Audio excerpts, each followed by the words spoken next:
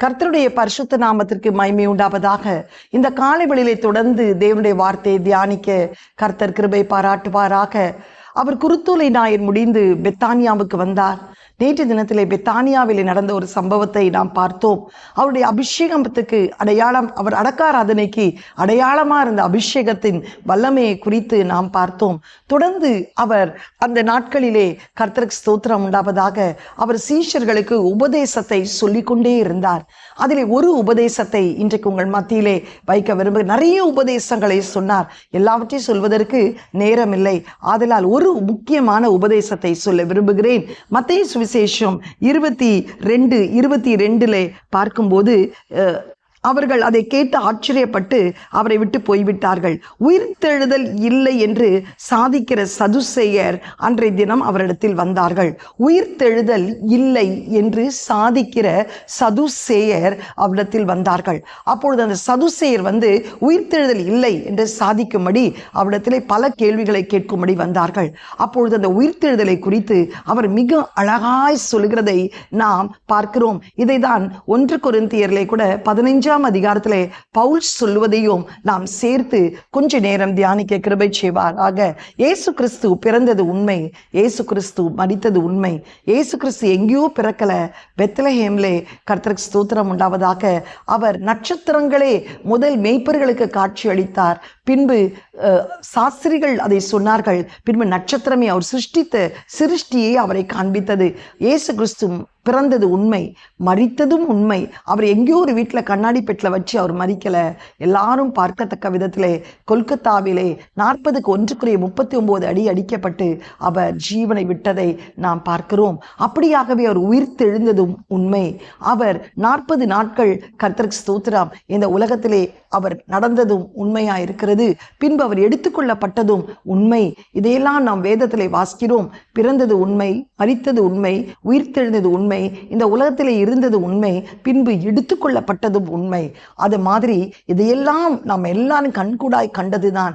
இதே மாதிரி தான் அவர் வருகையும் உண்மையா இருக்கிறது. இதைதான் நாம் யோவான் 14:1-2-3 வாசிக்கிறோம்.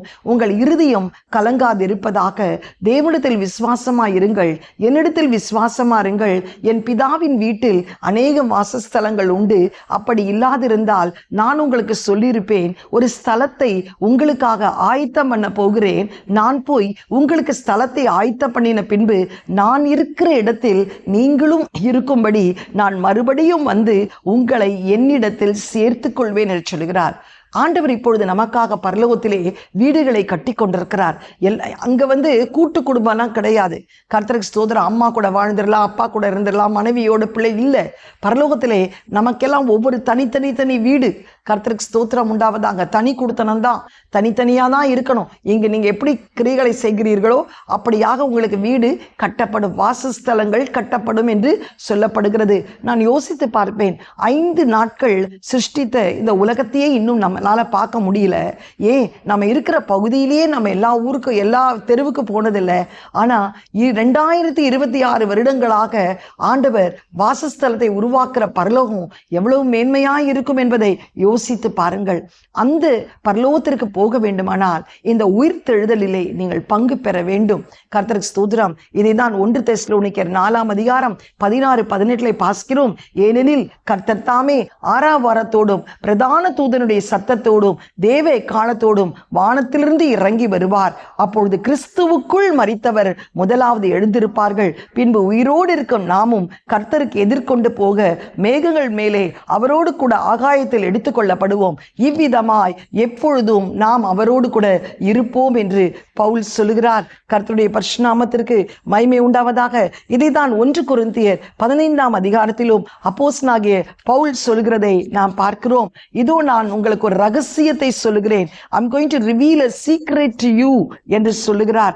எக்கால துணிக்கும் அப்பொழுது இதோ ஒரு ரகசியத்தை உங்களுக்கு அறிவிக்கிறேன். நாம் எல்லோரும் நித்திரை அடைவதில்லை, ஆகிலும் கடைசி எக்கால துணிக்கும் போது ஒரு நிமிஷத்திலே ஒரு இமை பொழுதிலே நாம் எல்லோரும் மறுரூபமாக்கப்படுவோம். எக்காலம் துணிக்கும் அப்பொழுது மரித்த ஒரு அழிவில்லாதவர்களாய் எழுந்திருப்பார்கள். பின்பு நாமும் எதிர்கொண்டு போவோம் என்று சொல்லப்படுகிறது.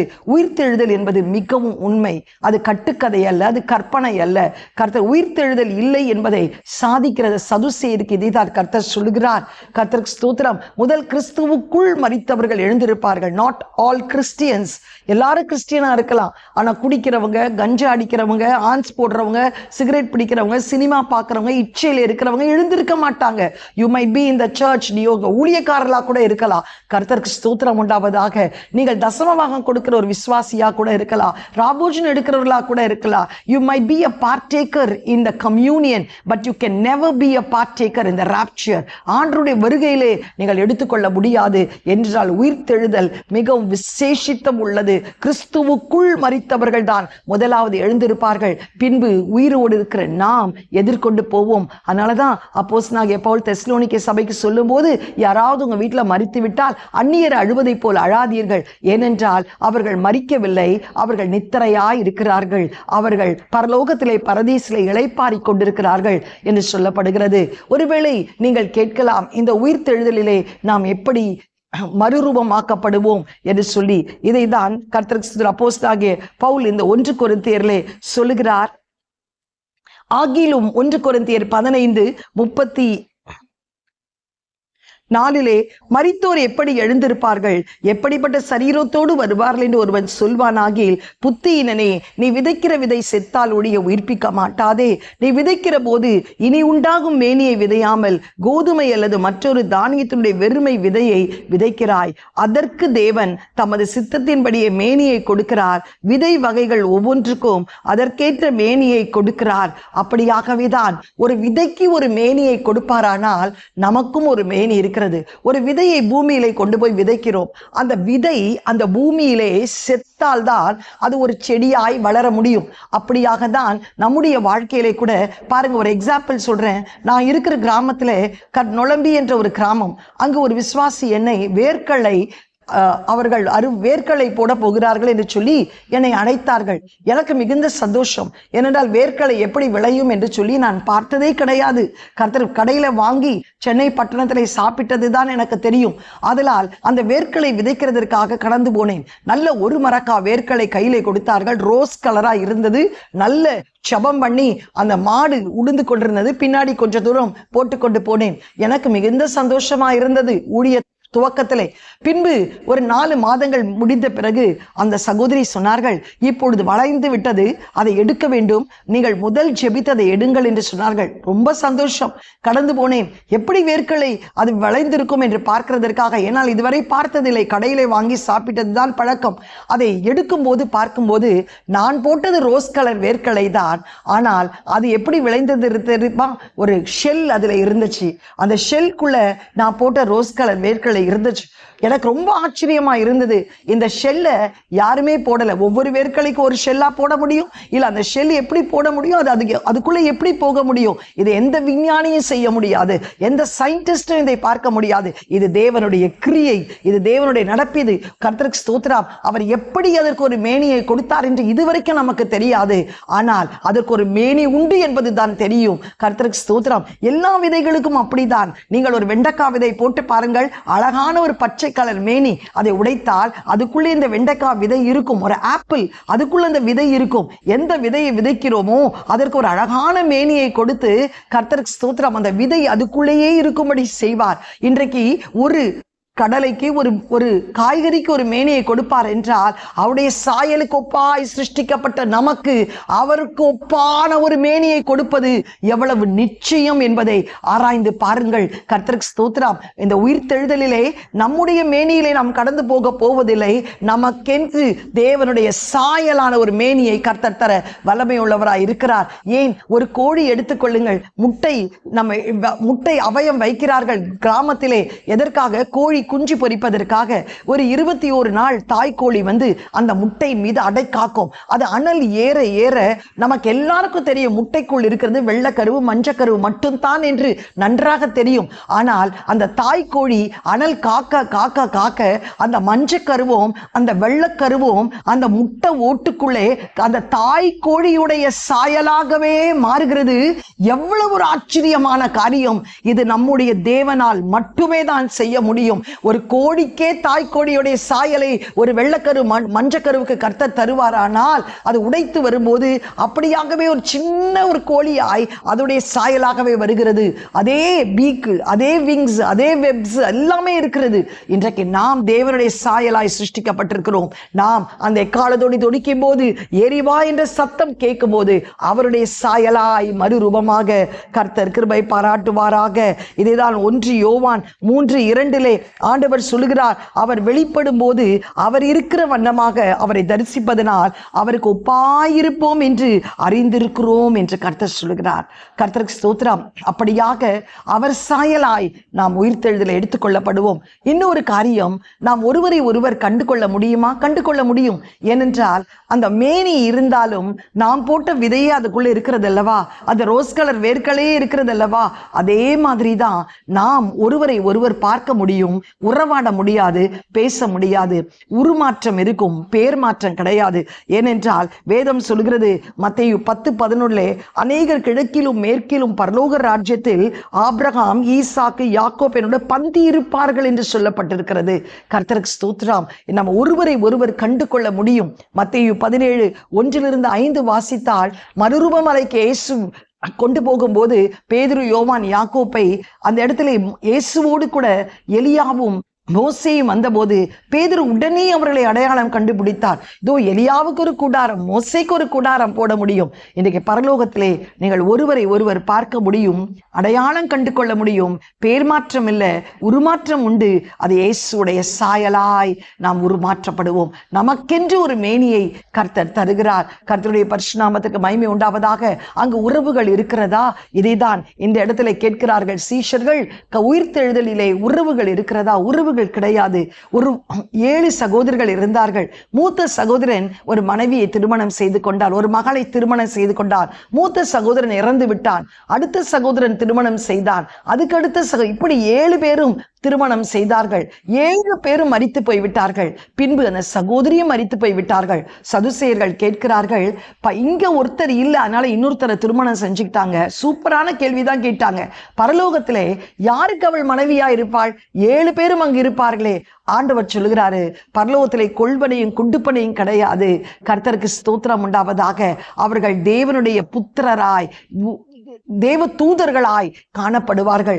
ஆம், எனக்கு பிரியமானவர்களே, இந்த உயிர்த்தெழுதலை எத்தாய் மகிமை இருக்கிறது. இதை இல்லை என்று சாதிக்கிறார்களே, இது கட்டுக்கதை அல்ல, கற்பனை அல்ல. இந்த உயிர்த்தெழுதலுக்கு உன்னை ஒப்புக்கொடு. நீ இந்த உலகத்திலே பரிசுத்தமாய் ஜீவித்தால் மாத்திரம்தான், உன்னை நீ பாவத்திலிருந்து விடுதலையாக்கப்பட்டால் தான், பாவம் மன்னிப்பின் நிச்சயம் உனக்குள்ளே இருந்து முழுக்க ஞானஸ்தானம் எடுத்து பரிசுத்தாவின் அபிஷேகத்தை பெற்றுக் கொண்டிருந்தால் தான் நீ அந்த பரலோக பிரஜையாய் மாற முடியும். இதைதான் எசேக்கியேல் 18:32-33 வாசிக்கிறோம். மனம் திரும்புங்கள், அப்பொழுது பிழைப்பீர்கள். சாகருடைய சாவை நான் விரும்பவில்லை. இஸ்ரவேல் வம்சத்தாரே, நீ ஏன் சாக வேண்டும் என்று கர்த்தர் கேட்கிறார். இன்றைக்கு உங்களை ஆராய்ந்து பார்த்து ஒப்புக்கொடுங்கள். இந்த மேன்மையான உயிர்த்தெழுதலை நீங்கள் பங்கு பெறுவீர்கள். உயிர்த்தெழுதல் உண்மை என்பதை அவர் அழகாய் சொல்லுகிறார். உயிர்த்தெழுதலிலே உருமாற்றம் உண்டு, பேர் மாற்றம் இல்லை. கர்த்தர் ஒருவரை ஒருவர் கண்டு கொள்ள முடியும். மறுரூபத்தின் அனுபவத்தை அவர் சொல்லுகிறார். அங்கு உறவுகள் இல்லை. நாம் எல்லாரும் தேவ புத்திரர்களாய், தேவ சாயலாய் காணப்படுவோம், தேவ தூதர்களாய் காணப்படுவோம். இந்த மேன்மையான சிலாக்கியத்தை நீங்கள் விட்டு விடாதபடி உங்களை உங்கள் ஆண்டவருக்காக உண்மையான ஒரு பரிசுத்தமான வாழ்க்கை வாழ உங்களை அர்ப்பணிங்கள். ஒருவேளை நீங்கள் கைவிடப்பட்டா, நீங்க உபத்திரவ காலத்தில் இருக்கும்போது பரிதபிப்பீர்கள். இப்பிரபஞ்சத்திற்கு மாத்திரம் நீ தேவனை பின்பற்றுவாய், ஆனால் உன்னை காட்டிலும் பரிதபிக்கிறவர்கள் ஒருவருமே இல்லை. இது விளையாட்டல்ல. இன்றைக்கு கேட்கிற சகோதரியினை உண்மையாய் உன்னை ஒப்புக்கொடு, உண்மையாய் உன்னை ஒப்புக்கொடு. உன் பாவத்தை அறிக்கை செய், உன் பாவத்திற்காக மனஸ்தாபப்படு. கர்த்தருக்கு ஸ்தோத்திரம் உண்டாவதாக. மனத்தாழ்மையை தடித்துக்கொள். தேவனோடு விளையாடாதே, தேவனுக்கு என்று சாட்சியாய் நில். கர்த்தர் அந்த உயிர்த்தெழுதலிலே பங்கு பெற உன்னை ஒப்புக்கொடு. கர்த்தர் உன்னை ஆசீர்வதிப்பாராக. எங்களை அதிகமாய் நேசிக்கிற நல்ல தகப்பனே, இந்த காலை வேளைக்காய் நன்றியோடு ஸ்தோத்தரிக்கிறோம் அப்பா. ஆண்டவரே, நீர் அந்த நாட்களிலே அப்பா உயிர்த்தெழுதலை குறித்து சீஷர்களோடு கூட ஆண்டவரே பேசினதை கேட்கிறோமே. சதுசேயர்கள் உம்மோடு கூட எவ்வளவு வாக்குவாதம் செய்தார்கள் அப்பா. ஆனால் நீ தெளிவாய் எல்லாவற்றையும் சொன்னீரே அப்பா. ஆண்டவரே, அன்றைக்கு எலியா ஏனோக்கு எடுத்துக்கொள்ளப்பட்டது போல் கர்த்தாவே, நாங்களும் அந்த எக்காளத்துணி துணிக்கும் போது எரிவா என்ற சத்தம் கேட்கும் போது இமை பொழுதிலே உம்முடைய சாயலாய் நாங்கள் மறுரூபமாக்கப்படுவதற்காய் உம்மை நன்றியோடு ஸ்தோத்தரிக்கிறோம் அப்பா. அங்கு ஒருவரை ஒருவர் நாங்கள் ஆண்டவரே காணப்போவதற்காய் ஸ்தோத்தரிக்கிறோம் ராஜா. ஆண்டவரே எங்கள் பெயர்களிலே மாற்றம் இல்லை ஆண்டவரே, எங்கள் உம்முடைய சாயலாய் மாற்றப்படுகிறதற்காய் உம்மை ஸ்தோத்தரிக்கிறோம். ஒரு கோழி ஆண்டவரை முட்டை கருவுக்கு ஒரு மேனியை கொடுப்பீரானால், ஒரு வேர்க்கலை விதைக்கு ஒரு மேனியை கொடுப்பீரானால், உம்முடைய சாயலை சிருஷ்டிக்கப்பட்ட எங்களுக்கு உம்முடைய விசேஷித்த மேனியை கொடுப்பது அதிக நிச்சயம் அல்லவா ஆண்டவரே. இந்த வேளையிலே கூட அங்கு கொள்வனையும் கொடுப்பனையும் இல்லை ஆண்டவரே, அங்கு உறவுகள் இல்லை அப்பா. ஆண்டவரே நாங்கள் தேவ தூதர்களை போல அப்பா ஆண்டவரே தேவ புத்திரர்களாய் அங்கு வாழ போவதற்காய் உமக்கு ஸ்தோத்திரம். இந்த மேன்மையான சிலாக்கியத்தை அப்பா ஒருவரும் அசட்டை செய்யாதபடி, பாவத்துக்கு செத்து நீதிக்கு பிழைக்கும்படி கர்த்தாவே உம்முடைய கற்பனை கட்டளைகளுக்கு கீழ்ப்படிய கிருபை செய்க, பாவத்தை அறிக்கையிட கிருபை செய்ங்க, அதை விட்டுவிட கிருபை செய்ங்க, அதை சீ என்று அருவருக்க உதவி செய்ங்க ராஜா. ஆண்டவரே அப்பா முழுக்க ஞானஸ்தானத்துக்கு தங்களை அர்ப்பணிக்கட்டும் அப்பா, பரிசுத்த ஆவியின் அபிஷேகத்துக்கு வாஞ்சிக்கட்டும் அப்பா. தேவ கிருபை ஆளுகை செய்யட்டும் இயேசுவின் மூலம் நல்ல பிதாவே, ஆமேன். God bless you. Have a blessed day. Amen.